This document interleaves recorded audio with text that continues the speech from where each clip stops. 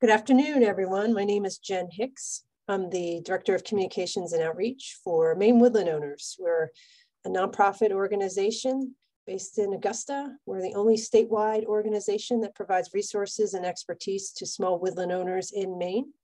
Most of the woodland owners are family-owned woods or individuals who just wanted to have some peace of Maine in their life. Today's program is a focus on the Browntail Moth and providing an update on the Browntail Moth for this coming season. We have Tom Schmeelk, who is from the Maine Forest Service Division of Forest Health. He's an entomologist and very engaged in the Maine Forest Service's efforts to slow the spread of Browntail moth, to help people manage it so that they can protect themselves and stay healthy. And he'll give you everything you need to know about Browntail moth. And he's here to also answer your questions. So I would just a little background about, I was just talking to Tom about his background. He's actually from New York. He went to SUNY Oneonta, the campus in New York. He's a environmental biology major. He also has his master's from University of Illinois in entomology. And he was part of the Forest Health Division in the Forest Service in New York. And he's been with Maine Forest Service for the past 3.5 years in the Division of Forest Health. And slogging through all that has to be slogged around forest health issues and pests that we deal with here in Maine. Unfortunately, that's a growing issue, but we're in good hands with Tom. So Tom, I'm so glad that we have you and that you're willing in your busy schedule, able to make some time to present to our group. So I'm going to hand over the mic to you, and just one quick housekeeping thing. Tom's got a terrific, thorough presentation. So he's going to go through that presentation, and then we'll do Q&A and discussion at the end. So if you can hold your questions to that point, that would be great. Go ahead and type your questions. That's great. Please mute. You can type your questions in the chat during the presentation, and I'll keep an eye on those as well. All right, Tom, it's all yours. Cool. Thank you so much, Jen. Thank you, everybody, for coming. Good afternoon. So, like Jen said, my name is Tom Schmeelk, and I'm one of the forest entomologists at the Maine Forest Service. And I have a bunch of different programs, but by far the one that takes the most time is definitely Browntail Moth, especially in these past few years. We've been experiencing a big population outbreak here, but let me jump into it here. Okay, so we'll just start with basics. So Browntail moth is a non-native moth, originally native to Europe.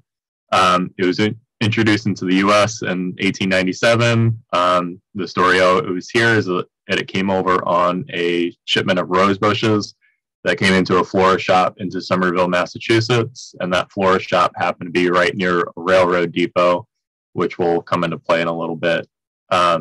It is also worth noting that it is related to Spongy Moth, formerly known as Gypsy Moth, and that will also come into play in a little bit. So this area circled here is the general approximate native range of browntail. As you can see, it covers a pretty wide range of latitudes, even dipping down here into North Africa and all the way up here in Scandinavia. But the main bulk of the population is here in Western Europe. So in general, areas around the globe that are at the same latitude experience the same climate. So where browntail moth is coming from is pretty much at the same latitudes that we are here in Maine. So I always get asked, do cold winter temperatures like we did this past winter kill browntail moth? And unfortunately, the answer is a resounding no. They're already evolved in the same climate that we are here in the Northeast, unfortunately. So browntail moth, they're not picky eaters. They are found on a very wide range of hosts, but most commonly in Maine, we find it on oaks, birch, elm, cherry, poplar, and also fruit trees. And that includes your ornamental crabapples and your ornamental cherries. driving around a lot of in the capital region here, and also in other parts of Maine that are in that infested area, a lot of people have an apple tree or a pear tree or a crab apple in their front yard that are absolutely loaded. And it's unfortunate because last year, a lot of people started the conversation when they would call me by saying my pear tree or my apple tree in my front yard. And those are the easiest host trees to clip the webs out of. And we'll go into management during the later part of this presentation, but just keep that in mind, is that fruit trees and ornamental fruit trees are highly favored. So there's a lot of fuzzy caterpillars here in Maine. So two distinguishing features for browntail is that there are, each body segment is flanked by these white markings. So each body segment has these two sort of white areas on either side, but then also these two hunter orange dots. And there's no other caterpillar that has these two features in correlation here. So these two in the middle, eastern tent and forest tent. Eastern tent also builds web, but both of these are native species here. They have their own biocontrols, all their own predators and pathogens that keep their numbers in check. And then you have spongy moth, again, formerly known as gypsy moth. There was a name change very recently. So spongy moth often gets confused with browntail, but you can see by looking at these two, they look pretty different. Gypsy moth has these 5 pairs of blue and 6 pairs of red dots towards the tail end here, and compare that with what browntail looks like. So I used to say that browntail is the only caterpillar that has those 2 hunter orange dots, but there is one other caterpillar that is native, and this is called white-marked tussock moth, and it does have these 2 orange dots here, but as you can tell, it looks quite a bit different. I always say it sort of looks a little bit like a toothbrush, but just be aware. Okay, so getting into the history of browntail. So the life cycle that we'll cover in a little bit. So basically, right now during the winter, they overwinter in these palm-sized winter webs. And at the turn of the century, when browntail came on the scene and was becoming a problem, there are a lot of control efforts that were made. And one of those methods of control that were made was clipping out those palm-sized winter webs. And you can hazard a guess to how many webs are in this pile that this kid's standing next to. So back in the day, they used to pay a bounty to school children to clip out the webs, and for every 100 webs, they would get 5 cents. And this was in the early aughts or early teens, right around the turn of the century.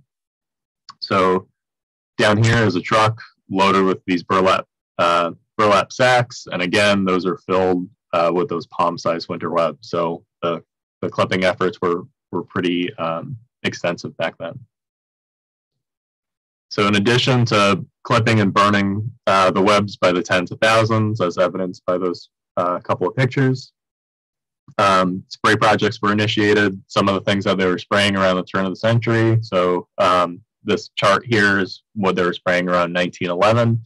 You can see there's some pretty nasty chemicals here. Arsenate of lead, that's one of the reasons why certain areas of Maine have a higher incidence of bladder cancer, is because of this this compound, and they sort of use that for everything. It was kind of the DDT of its age. But then you have stuff down here like Bordeaux lead and bug death, and most of these are no longer available because we know the human health impacts, but also the environmental impacts. A lot of people ended up cutting down their apple orchards if they were not in active production. So this photo up here is at one of the farm schools, and in addition to doing the every other year pruning of the apple trees, they also taught the students how to clip out browntail webs, since fruit trees are a preferred host of browntail. And then there was also a federal quarantine that was imposed. So this is that initial point of introduction in Somerville, Massachusetts in 1897. And then this lighter gray area shows the maximum extent of the population. So you do some simple math. It only took 17 years for browntail to really conquer basically all of New England and even parts of southern Canada here. So you can see all the way down here on the tip of Long Island, there's even some in New York.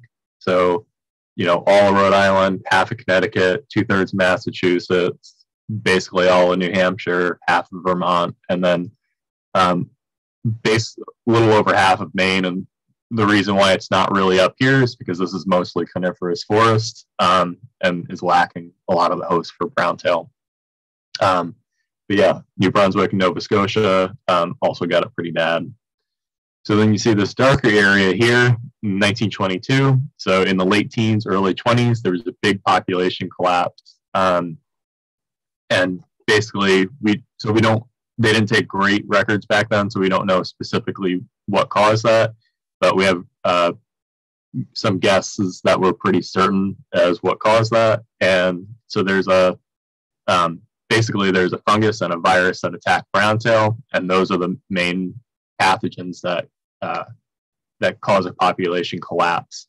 And so in order for that fungus and the virus to really spread and proliferate, they need cool, wet conditions in spring. So a typical spring, rainy weather in May and June, sort of the opposite of what we've been having the past few years here in Maine. And I'll go into that a little bit later. So in addition to clipping and spraying and quarantining, they did have a huge biological control program. So this is classical biocontrol. So back in the day, what these entomologists would do is that they would go over to the native range of whatever was wreaking havoc. So Europe, in the case of browntail, and they saw what was attacking browntail over in Europe, and they would just bring all those flies and parasitic wasps that were attacking browntail over to the U.S. Unfortunately, without vetting them to see if they were specific to browntail or to see if they attacked any of our native species. It's quite the opposite nowadays. I think it's a decade-long minimum of a decade-long process in order to vet some of these biocontrol agents. But unfortunately, it wasn't the case back then. So there was a lot of these flies and wasps that were released, and a lot of them, unfortunately, were generalists. Not only did they attack browntail, but they also attacked a lot of our native species. In fact, this fly here, Compsognathus continata, is implicated in the decline of some of our native silk moths, specifically Cecropia moth, which is our largest native moth here in the Northeast. So then I mentioned before that spongy moth is closely related to the browntail. They're in the same family, Erebidae. And so basically the story with spongy moth was that it was brought over to the U.S. intentionally in 1869 by a Frenchman who wanted to create an American silk industry by basically breeding gypsy moth or spongy moth with our native domesticated, or not native, with our domesticated silk moths.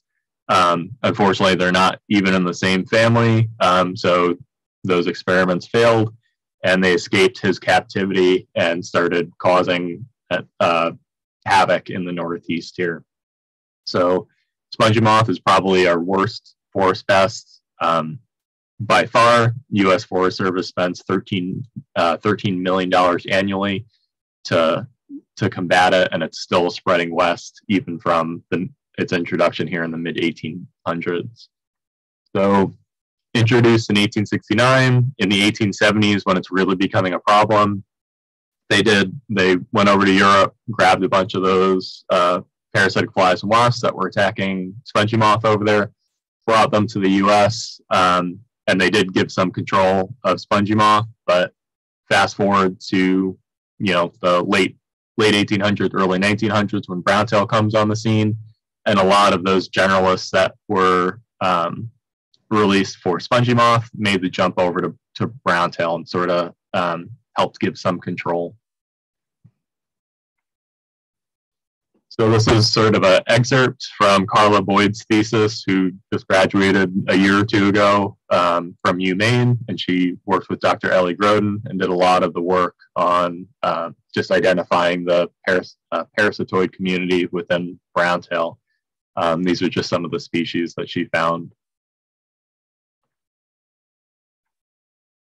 Okay, so we already talked about it a little bit, but there was that population collapse in the late teens, early 20s, and that was, like we said, a combination of the fungus and the virus, but also probably a lot of those biocontrol agents, those parasitic flies and wasps that they brought over. Okay, and this is sort of a different graphic, but showing the same information, but a little bit more of the collapse.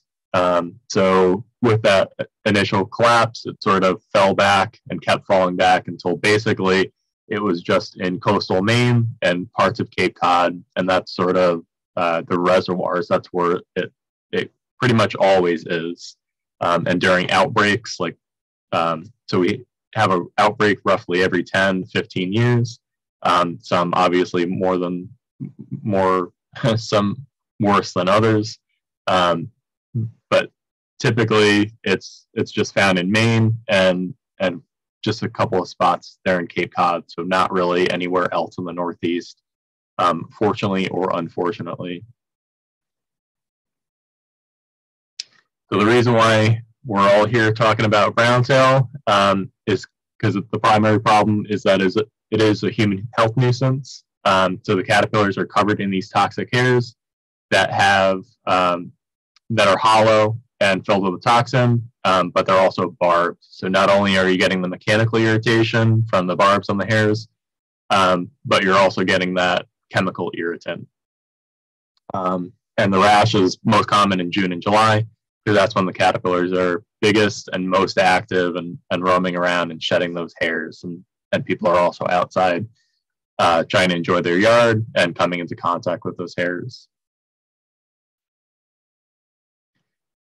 So this is what the hairs look like under magnification. You can see they are kind of nasty looking. They can be, they become airborne fairly easily. So it's the caterpillars that have the toxic hairs, the shed skins. So as the caterpillars are growing and getting larger, they shed their skin to grow larger, and those shed skins have the toxic hairs on them.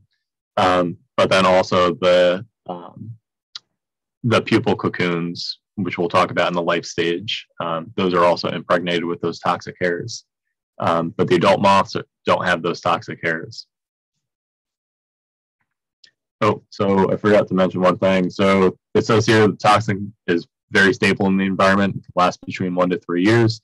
That's typically more common in very sheltered areas. So under a deck, boat trailers, stuff that doesn't get a whole lot of precipitation.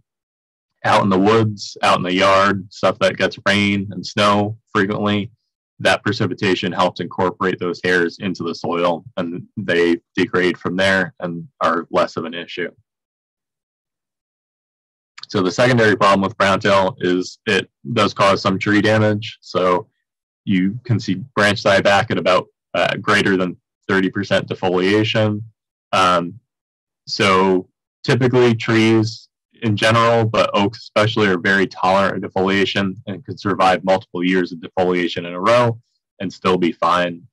What compounds tree health is a few things. So if you have browntail coupled with, say, a drought like we've had the past 3 years, that sort of stresses the trees out a little bit more. But also if you have other invasive species that are feeding on those same oaks. So in Maine, especially in coastal Maine, you also have winter moth that is, again, feeding on those same oaks, but then also spongy moth in a lot of those areas. So those factors together can cause tree mortality. And so we're in the 7th year of this population outbreak and about the 3rd year of drought, and we are seeing some tree mortality, especially in areas that are a little bit have rockier soil or a little bit ledgier. We are starting to see some mortality. Okay, so there's a few web building caterpillars here in Maine. I'm just going to go through a couple of ways to tell browntail moth winter webs apart from some of these other species. So first one up is fall webworm. Fall webworm is native to the eastern U.S. Causes some people a lot of concern because they see these big, large, unsightly webs, and they automatically think browntail. So probably the biggest difference here is that fall webworm webs are going to be very large. They're going to be about the size of a football. Browntail moth webs are never going to be any bigger than the size of your hand. Also, it affects some of the same hosts, like this is on an apple tree, but it is also found in hosts that you won't ever see browntail in. So this is a walnut tree down the road from me. You can see these webs get very, very large. Browntail will never, ever be that big. So then we have eastern tent caterpillar. Again, one of our native caterpillars. A lot of people sort of freak out when they see these on their cherry trees or apple trees. They actually don't cause the tree that much harm. The branches usually flush out another set of leaves once eastern tent are done growing for the season. It's just sort of another large unsightly nest that sort of worries people. So two major differences here. One is where the web is. So eastern tent always constructs its webs basically where the branches meet the trunk. It's sort of a more stable attachment point for such a large web. And then again, it's also the size. So these are going to be football size or larger, and browntail is never going to be any bigger than the size of the palm of your hand. And also they're occurring sort of at a different time than browntail winter webs. These are sort of occurring late spring, early summer, something like that. Okay, so then the last is probably the most difficult to determine from browntail, but there are a few key differences. So we have a bunch of native silk moths in the Northeast, but two in particular, which are Cecropia, which is this fella here, and Promethea moths, do create a sort of a palm-sized pupal case right on the tips of the branches, sort of similar in size and likeness to browntail, but a couple of ways to sort of tell them apart. So one, if you just think about it, so each one of these pupal cocoons, it's basically going to have one very large individual moth in there. So it's going to be sort of more like a coin purse or like a bag, basically. So it's just one individual in here. Typically, they don't usually incorporate leaves into the pupal case, but it does happen sometimes, like this Promethea moth cocoon. But also, one of the other things to look for, so for browntail, the silk that comprises the webs is going to be very bright white, fresh white silk, and these silk moth pupa are going to be sort of the opposite. The silk kind of turns a little bit dingier brown. You can see these, it's sort of like dirty looking, but it's still fairly neat. Again, that coin purse shaped cocoon. So with browntail, which I'll show you on the next slide, always going to be associated with bright white silk that is basically attaching the leaf to the to that branch tip. So this is that bright white silk that I was talking about, and here too, just sort of different lighting. So basically, so browntail moth, again, size of the palm of your hand, and basically browntail moth is sort of variable. It sort of depends on what the caterpillars are doing at the time and basically what they have to work with. So for the most part, browntail moth winter webs are going to be comprised of a few leaves that are sort of silked together and sort of silked down to the branch. And if you also think about it, there's many caterpillars that are working together using their silk collectively to create this winter web. So it's going to be sort of messier, and it's going to be the silk going to be kind of interwoven, and there's going to be a bunch of leaves in there, and you won't really have that with those silk moths. So we're getting into the life cycle now, but this also shows you how varied the webs can be. These are the caterpillars that are inside each of these webs, but it can be something as simple as a leaf that's silked over like that. Again, with that fresh white silk attaching the leaf to the branch tip. But most typically it's going to look something like this or something like this. And another thing is location, location, location. So they're always going to be at the very tips of the branches. And I'll show you a couple of ways to determine if you have webs in your yard or in your woodlot on the next slide. But yeah, so life cycle wise, they're very, very tiny caterpillars overwintering in these palm-sized winter webs. So in each of these very small webs, there can be between 25 and 400 caterpillars. So each one that you're able to clip out, if you have a fruit tree in your front yard, all the better. So one of the ways that you can tell, you can go out into your own dooryard and see if you have browntail in your yard and which trees have it, is to go out on a nice bright sunny day and stand with the sun to your back, look up at the tips of the tree branches. So pay special attention to oaks, cherries, apple, poplar, stuff like that, but particularly the oaks.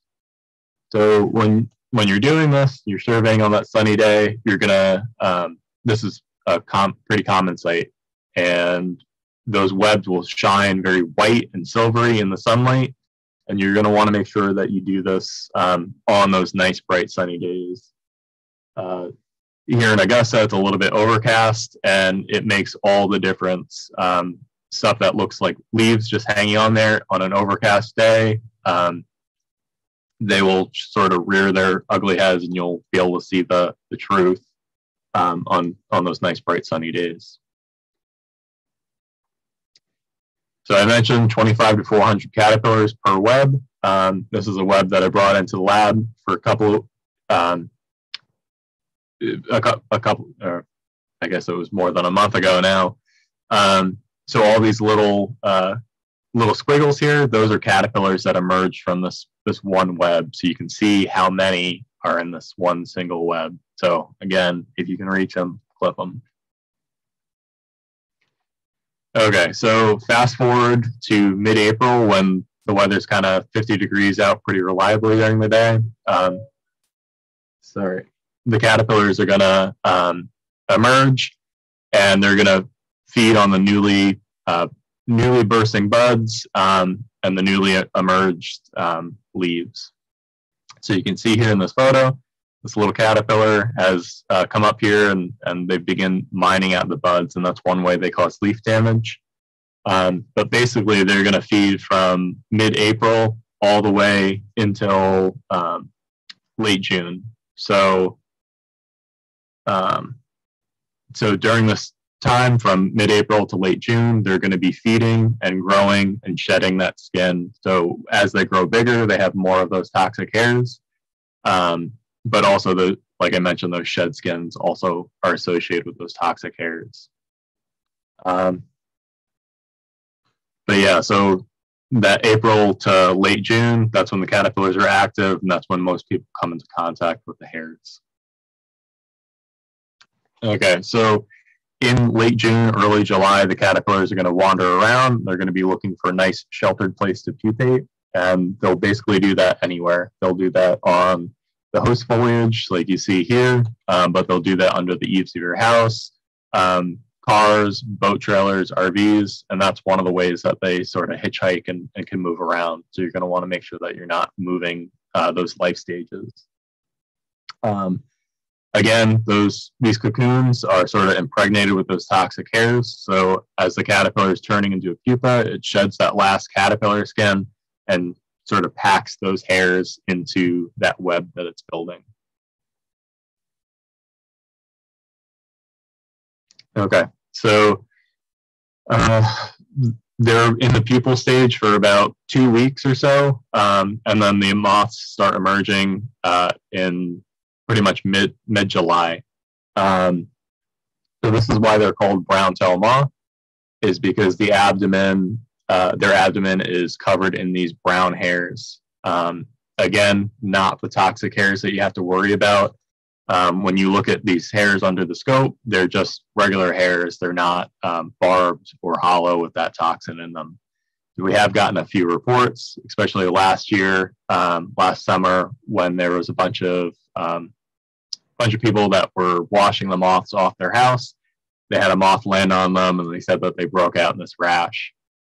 Pretty much, some people are just sensitive to foreign hairs in general. And that's likely what happened. They again are not those toxic hairs you have to worry about. One thing you do have to worry about is accidentally attracting more browntail to your yard. So the moths are attracted to lights, but unfortunately it's mostly the males that come directly to light, and the females come to light too, but they sort of stay on the host foliage just out of the reach of the light. And I've had a lot of people ask me about bug zappers and doing bug zappers and running their own light traps to, kill as many moths as possible. And unfortunately, what they're doing is they're just killing mostly males. And unfortunately for us males, we don't really matter too much biologically. It's really the females that keep the population propped up. So you can kill as many males as you want. You're probably not going to put a dent in the population. But what you are doing is you are attracting more moths to your yard. So you're attracting more females to the foliage that are that's sort of surrounding the light in your yard, and increasing the numbers and thus increasing the misery, unfortunately. Also a note about bug zappers. So a lot of the parasitic flies and wasps that attack browntail, as well as many other beneficial parasitoids, they're also attracted to UV light. So not only might you be attracting more browntail to your yard, but you're also killing off the biological control agents. So we usually recommend keeping lights off between 10 and midnight in that July and August time period, and that's just to mitigate more moths coming into your yard. Many good reasons to keep your lights off at night. There's money savings, you're keeping the night sky dark, and then you're also helping mitigate browntail. So the adult moths are gonna find love and mate, and the female will lay her eggs right on the host foliage in mid to late July. And then in August, those eggs will hatch. So you can see here, this is an egg mass, and you can see a bunch of these small caterpillars sort of crawling away from the egg mass. And they'll basically start feeding communally, and I'll talk about that on the next slide. But so the female lays about from 200 to 400 eggs, and she will cover that egg mass with hairs from her abdomen. Again, not those toxic hairs. It's just sort of a mechanical barrier for anything that might be trying to attack the eggs. Okay, so like I mentioned, once they emerge, they're going to feed communally with all their little brothers and sisters, and they're going to be doing a type of leaf damage called skeletonization. And what they're doing is they're grazing on the outer edge of the leaf, or outer layer of the leaf, and causing the leaf to die. So they're just eating that nice nutrient-rich layer, and when they die, it's called bronzing. And you can see here, this is sort of what it looks like, and that's one of the things that we use when we're surveying, especially from the air in late summer. Especially from the air in late summer, you can pick this out pretty readily. So at the same time that they're all feeding communally, they're also going to start communally building that winter web that they'll all spend the winter in. So again, a bunch of leaves sort of silk together with these, 25 to 400 caterpillars, all sort of combining efforts to create this web. So this is just a summarized life cycle.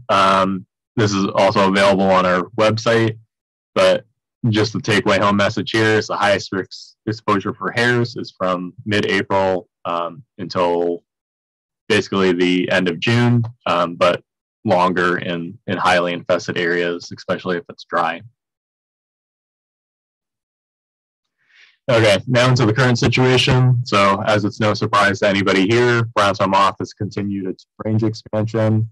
This population outbreak started in 2015. That's when we started seeing elevated numbers, and it sort of continued its march. It's been expanding inland and also northward from that mid-coast region where it's sort of a reservoir population. The most heavily impacted counties, at least last year, were Androscoggin, Kennebec, Knox, and Waldo.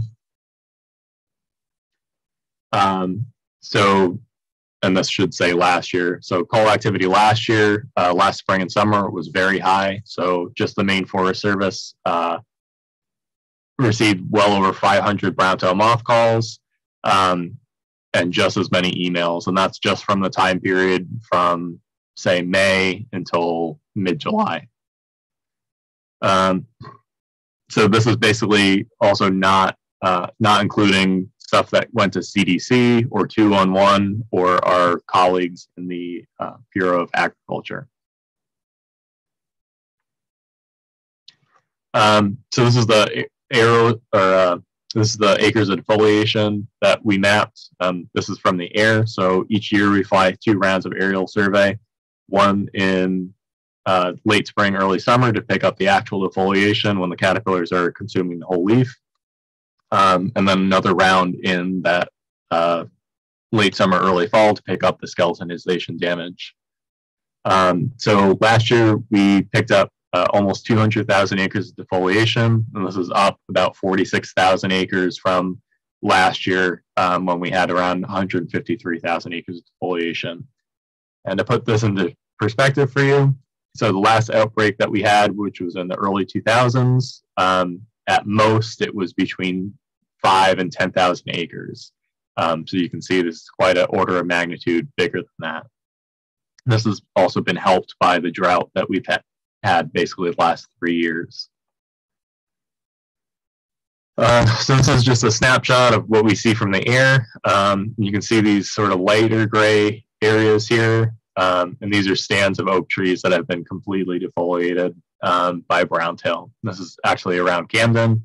This fog bank is over the ocean. This is one of the most hard hit areas in Maine. Okay, so this year, or so last summer, we have a bunch of different monitoring sites throughout Maine. And what we do in those monitoring sites is that we basically look for developmental updates, and basically we see how they're progressing through the season, and we try to relay that information to stakeholders and the public just to make them aware of what stage that they're in and what to be aware of. But those monitoring sites also sort of double as monitoring for disease outbreaks. So we're monitoring for the fungus and the virus. And at a lot of our monitoring sites, we did see some pathogen activity despite the drought that we had this year. And one of the good things is that the pathogens are present. They're sort of isolated to like a single tree here and there. And you drive down the road and browntail's doing fine. But these single trees or single areas that are affected are very widespread. So we found the pathogens all the way up in Blue Hill, which is sort of considered one of the northern leading edges, but then all the way down through Belfast, Dresden, Whitefield, Reedfield, and Liberty, and a bunch of other places in between. So it is very widespread, although those pathogens are pretty localized, but that's really good news, because if we do get wet weather in May and June, like a typical wet spring, we are likely to see a region-wide population collapse. Although at the level that it's at now, it could take up to 2 years for the population to collapse, but it could also collapse in 1 year if we're lucky. So in addition to doing the aerial surveys, we also do a winter web survey in which our crews sort of travel all the major roads throughout the infested area, and we're basically estimating the number of webs we see per tree. This is a good way to gauge how bad it's going to be in each of those towns for the following year. This year's winter web survey that's currently ongoing should be wrapped up in a week or so, and we should have that information out on the website. But last winter, we did have a few new detections up in the county, and this is the first time we've seen it in Aroostook County in a very, very long time, in decades. So this area that's circled in red here, that's where the main bulk of the population is. And you can see in Smyrna and Fort Fairfield, which is where 2 of those detections were made, just a single web was found, and it sort of speaks volumes to how well browntail can hitchhike. So what likely happened was there was trucks or campers or other vehicles going through this infested area, stopped, parked, caterpillars got on, and they accidentally brought them northward with them and started these satellite populations. Luckily, just a single web a piece, and we clipped them out, and no worries, but still quite a good hitchhiker. Okay, so now into management. So I always say, and I stress this, the first step to management is always education, and this informational session is part of it. I've probably given this information session well over 120 times within the 3.5 years that I've been here. So very crucial to get the word out. This past February was Browntail Moth Awareness Month, and basically what that was is to try to get some community engagement and sort of spread the word even more so than we were doing before, just to make people aware. I can't tell you how many people that called this past spring and summer would start off the conversation by saying, like I think I mentioned earlier in the program, my fruit tree in my front yard has a ton of browntail in it. And we do a bunch of press releases and TV interviews and informational sessions, but unfortunately it doesn't reach everybody. So this is another way to sort of get the word out to go check that fruit tree in your front yard and clip those webs out if you can. So wintertime is probably the best time to manage for browntail moth for a few different reasons. As far as clipping goes, the webs are very visible. All the leaves are off the trees. And if you're looking on a bright sunny day, you'll be able to see those webs very clearly. You're also having no non-target side effects by clipping the webs. So you're just getting browntail. You're not really killing anything else other than browntail. And also the hair activity is very low, so you're not going to break into a rash collecting these webs and destroying them. And then also, so I keep mentioning clipping. There are other management options, and I will talk about those in a little bit. But basically, even just getting out there in your dooryard or your woodlot and looking to see where browntail is will help inform your management decisions, even if it's stuff that's out of reach and unclippable. So take advantage of this visibility and this good weather and see where browntail is in your yard. These 2 photos here are a web clipping event up in Deer Isle. Deer Isle is a very great example of community engagement. A lot of these events are sort of organized by the land trust. They get people out there clipping a lot of the preserve land, but there's also people that have formed a little moth brigade and are going around town and clipping out webs where they can reach them. So this is basically a map of those 2 aerial, so this is basically a map combining the data from the aerial surveys, but also the winter web data. This is last winter, this isn't the current year, obviously, but these little dots here are data points, and each data point has a host, web count, and the pattern. So if it's single, patchy, or continuous, and the hotter the color of the dot, the more webs per tree there are. So you can see in Waldo, Knox, and Kennebec County, there's a lot of orange and red dots. That sort of correlates to a higher population of browntail. I can tell you, having the survey almost wrapped up for this year, it's going to be pretty similar to what it was this past year if we don't get that that cool wet weather in May and June. Okay, so like I mentioned a bunch of times, browntail moth is really good at hitchhiking.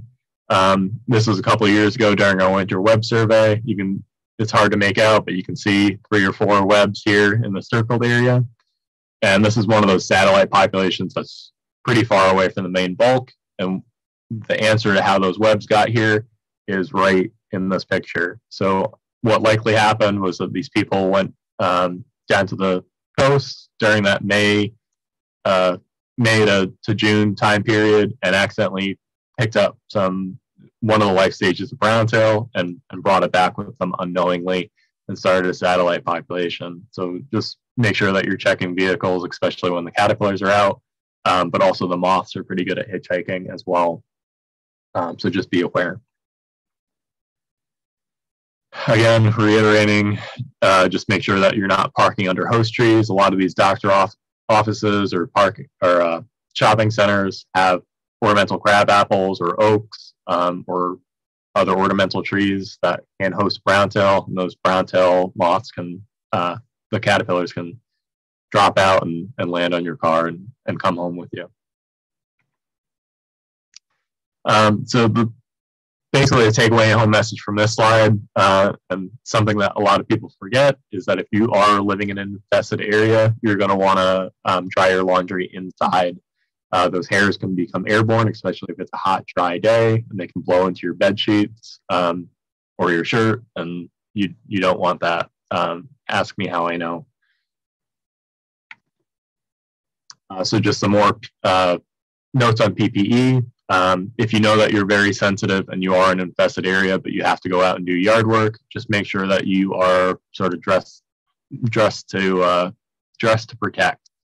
You can do that by coveralls, long sleeves, taping the sleeves at the wrist is also very helpful. Everybody's used to wearing a mask by now, so if you're going to be I should note, I would not recommend using a leaf blower if it's very hot and dry if you're in a browntail infested area, because it's just asking for trouble. So a lot of our field crews use these pre-contact poison ivy wipes, and what that does is that when you wipe them on your skin, it closes your pores, and originally it's meant to prevent the poison ivy oil from sticking into your pores, but it also helps for browntail hairs from sticking into your skin. So just some helpful tips when you're working around the house. So if you're doing yard work or mowing the yard, you're going to want to work on days right after it's rained or wet down the area. If you're raking leaves from under a deck that is dry and doesn't get a whole lot of precipitation. I know mowing the lawn when the grass is wet is not great or optimal, but it's preferable to browntail for sure. So one of the other big questions that a lot of people ask is when the caterpillars are on the move and they're crawling up and down your house, what's the best way to remedy that? And if you have a wet, dry shop vac with a good HEPA filter, you can put a couple of inches of soapy water in the bottom of that vacuum and suck the caterpillars off the side of your house. And that couple inches of soapy water in the bottom will both kill the caterpillars, but also help prevent the hairs from becoming airborne and blowing around. And that's a really good way. And after you're done, you can just take the container and dump it away from the house in the woods, and it'll definitely lessen your chances of getting the hairs. So like I mentioned at the beginning, cold winter temperatures don't kill browntail moth, but cool, wet springs do. And those other natural enemies can be less effective at high populations, unfortunately. So when you're out pruning, if you are able to reach these webs, you're going to want to destroy them. So you can do that in two ways. You can either burn them in a burn barrel or a wood stove, but also you can take a bucket of soapy water and soak them overnight, and that will kill them and destroy the nests. So you do want to make sure that you're destroying the webs. So if you clip them out and they land on the snow, and you just leave them there and without picking them up, those caterpillars are very good at finding food and will crawl right back up on the host tree, and it will be like you hadn't done anything. So definitely make sure that you're picking up those webs and destroying them. And since we are in mid-March, it's worth noting that you're going to want to get this stuff done before mid-April, at least the clipping done before mid-April. Again, that's when the caterpillars come out of their webs and become active, and the risk for coming in contact with the hairs increases. So as far as chemical control goes, so there's different methods of chemical control. Almost half the calls that we got this past spring and summer were about injections, and the next slide is exclusively about injections. But as far as like hydraulic spraying goes, you're going to want to do that before the end of May. So it's a very, very small time span, because when you're spraying, you need to have enough leaf surface to spray onto, but you're also trying to get the caterpillars before they're too big.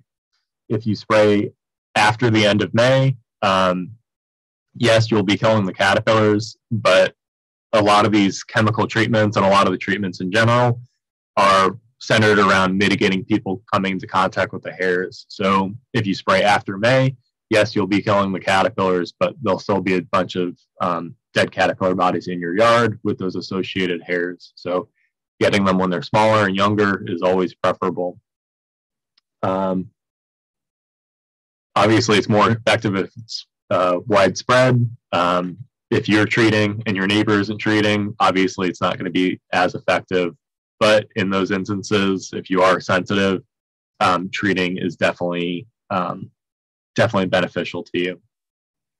So I'll also talk about this when I talk about injections, but if money is a deciding factor, which it is for almost everybody, focus treatment on trees that are in high traffic areas. So overhanging your house or your deck or your driveway, stuff that, you know, if you didn't treat would be raining down on you. And I know this is Maine woodland owners, but unfortunately for woodlots and for trees that are further away from your house, there's not really a whole lot that can be done. It's not super feasible environmentally, financially, or logistically to treat those trees. And again, many trees are very tolerant of defoliation, can survive multiple years of defoliation in a row. Again, with the drought, that sort of stresses them out a little bit more than they typically are. But we do have a list of licensed pesticide applicators and arborists on our website that are willing to do browntail work, and it's sort of arranged by county and what services they offer. All right, last slide here. So tree injections, like I mentioned, many people ask me about tree injections. So the most commonly used active ingredient for treating browntail is acephate. It's an injectable. So it's a systemic pesticide that basically gets injected right into the trees and moves up into the leaves where it comes in contact with the caterpillars that are feeding on the leaves. So with this, you're basically trying to time it for when the tree is moving water and nutrients, and this is typically around bud burst. So if you're looking at the oaks, when the buds start swelling and expanding, that's a very good sign that the tree is moving water and nutrients, and will uptake those insecticides directly up into the leaves.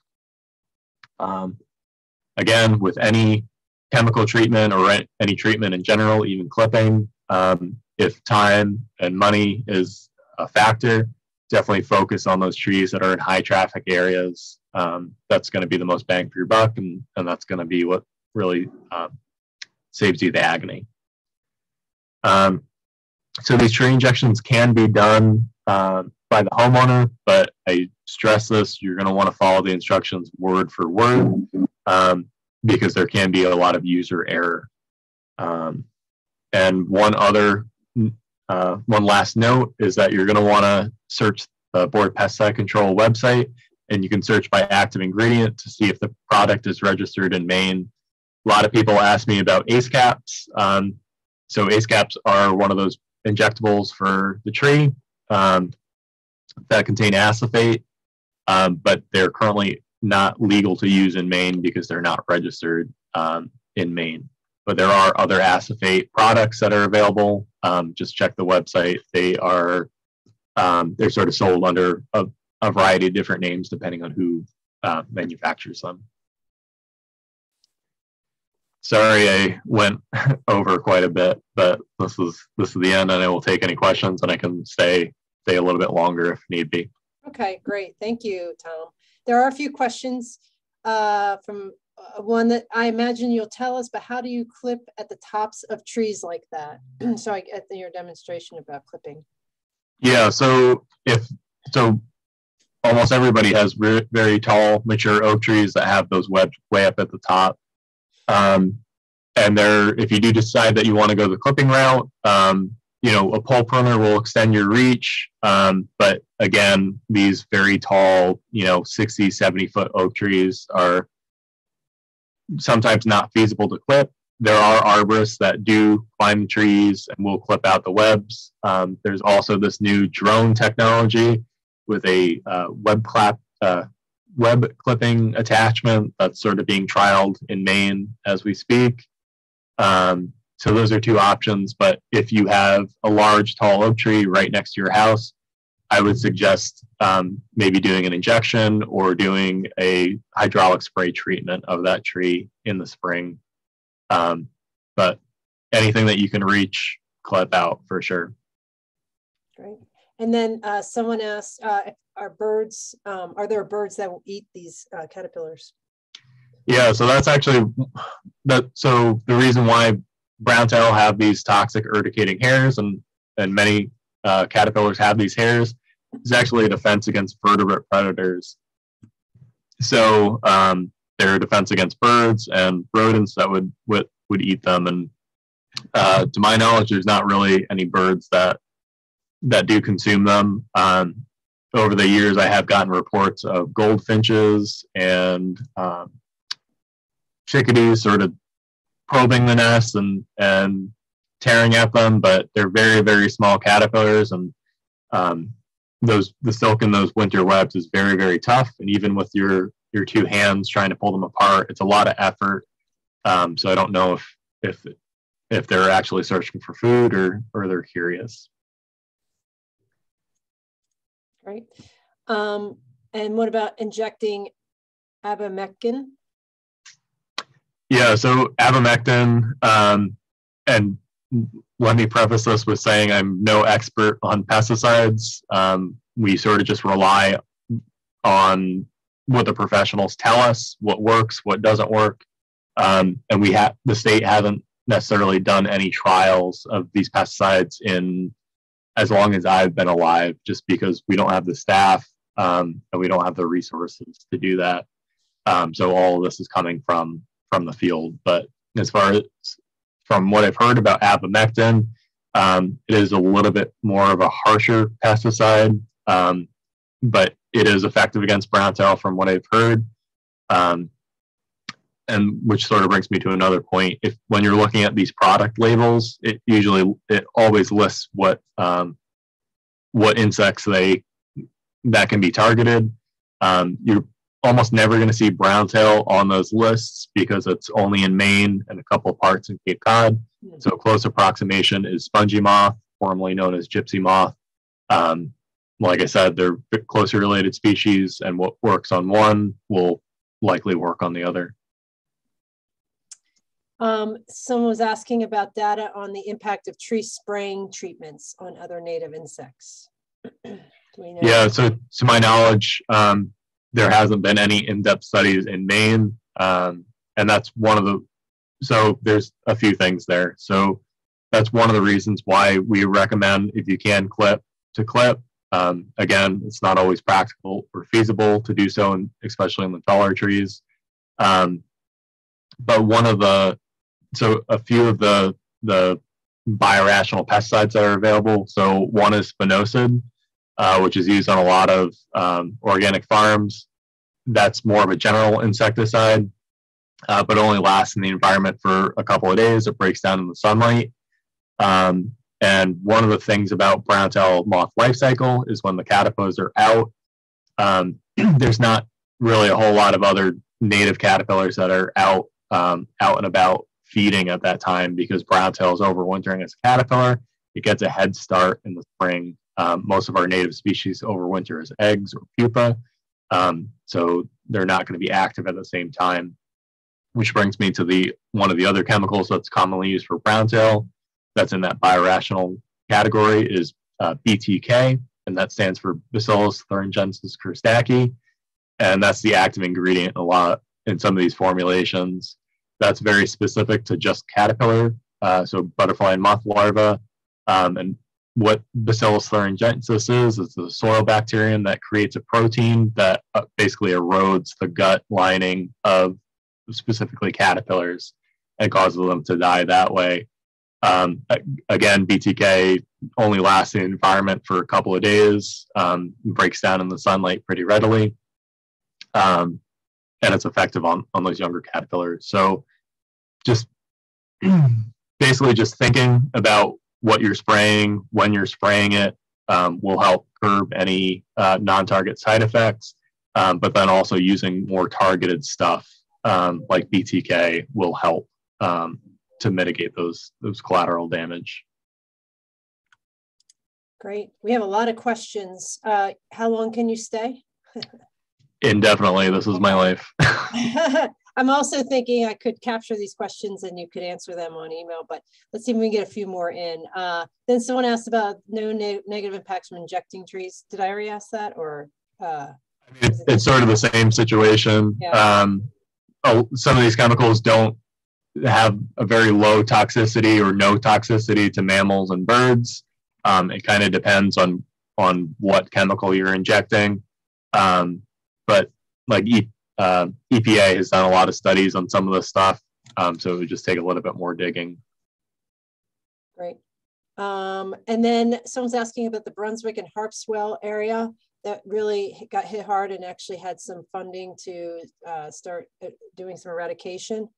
Has this abated as the moth moves inland? Was there any results from that?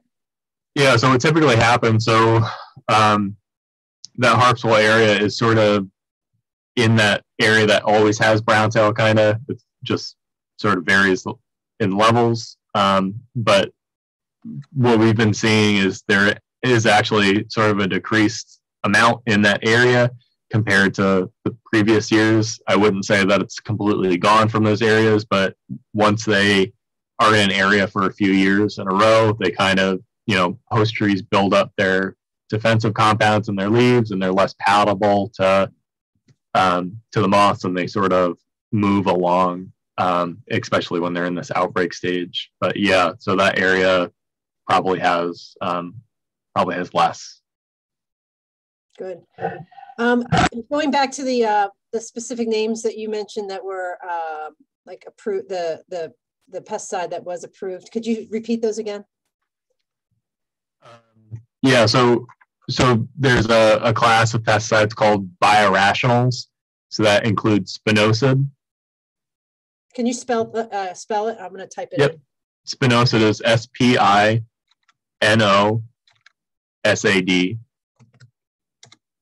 Okay. And then BTK. That's just the active ingredient, Bacillus thuringiensis courstaki. If you type in BTK, that will come up.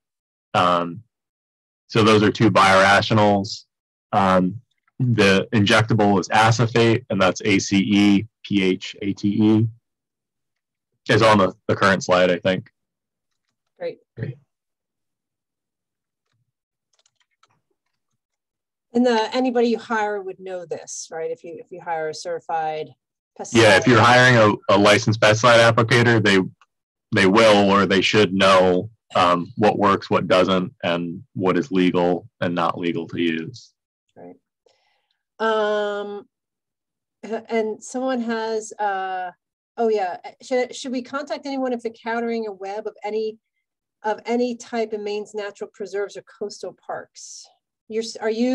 I know that Aaron and Mike, your colleagues, always say, send us pictures, tell us what you see, that kind of thing. Is that the same for you as well, Tom? Yeah, I mean, as far as Browntail goes, we pretty much know where it is. Reports from the public are probably more useful for Browntail when it's in an area of Maine that's sort of far removed from that main bulk of the population.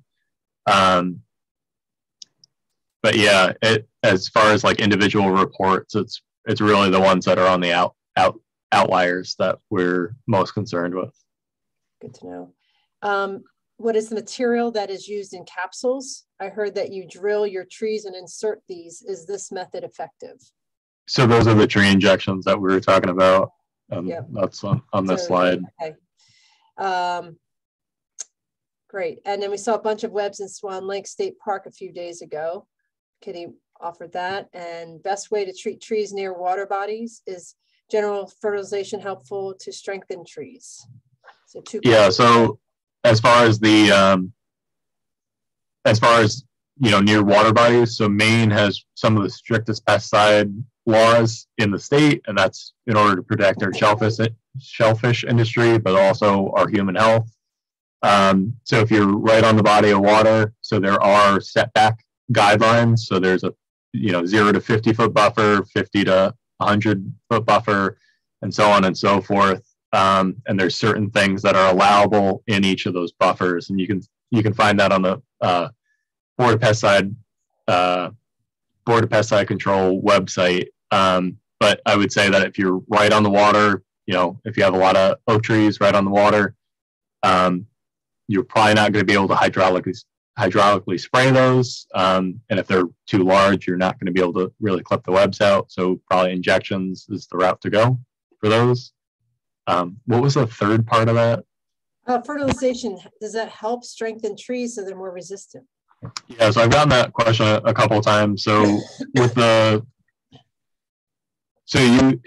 think that it would help them out quite a bit, but if the tree is already stressed out, fertilizers can actually hurt the tree even more by sort of pushing it over the edge. What really helps trees, especially the past 3 years, is either getting rain or watering these trees, or getting some water to the roots, and that will, one, lessen the stress of the tree, but then also help it re-leaf later on in July once Browntail's done feeding. And a lot of people see that their tree is completely defoliated and they think it's dead, and they go and cut it down, and they usually call me after they had it cut down. But so yeah, trees are resilient, and most likely these trees were still alive. They just needed a little time to flush out another set of leaves. But yeah, and that's one thing I didn't mention. Tree removal is also an option. It's sort of the last option, and it's kind of a permanent solution to a temporary problem. Browntail's not always going to be this bad, but hopefully your oak tree will be there for another 100 years. So tree removal is an option if you don't value the tree, if it's already declining. Those are one way. That's it for the chat questions. Anybody want to raise their hand or want to throw in one more question there? All right, terrific. That was great. Tom, I'm going to encourage people to email you. Does that make sense? So what would you recommend if people have further questions? Yeah, email's probably always the best way, especially this time of year. I'm usually out surveying and doing a million other things, getting ready for field work. So email's usually the best way to reach me, but you can also give me a call. Okay, I've just posted your email in chat. Cool. What's the phone number? The phone number is 207-287-3244. Great. Well, we really appreciate this. When I asked Tom to help us out here and run a program, he said, I'm booked, but I'll fit you guys in. And I just thought that was really great. I really appreciate that. So thank you everyone for coming. And it was very educational for me too, because this is an issue I'm not as familiar with. So well, thank you everyone. We're hopefully going to have a few more online programs in April. I will be letting people know through email what our next program will be. But we're going to start transitioning into field programs out in the woods, which is what we really want in our life. So please keep checking our events page on our Maine Woodland Owners website, and I will also be emailing updates about programs coming up in the next few months. So I hope everyone has a good rest of your week. Thanks again for joining us, and we'll see everyone soon, hopefully. Thanks. Thanks, Tom. See you guys. Thanks for coming.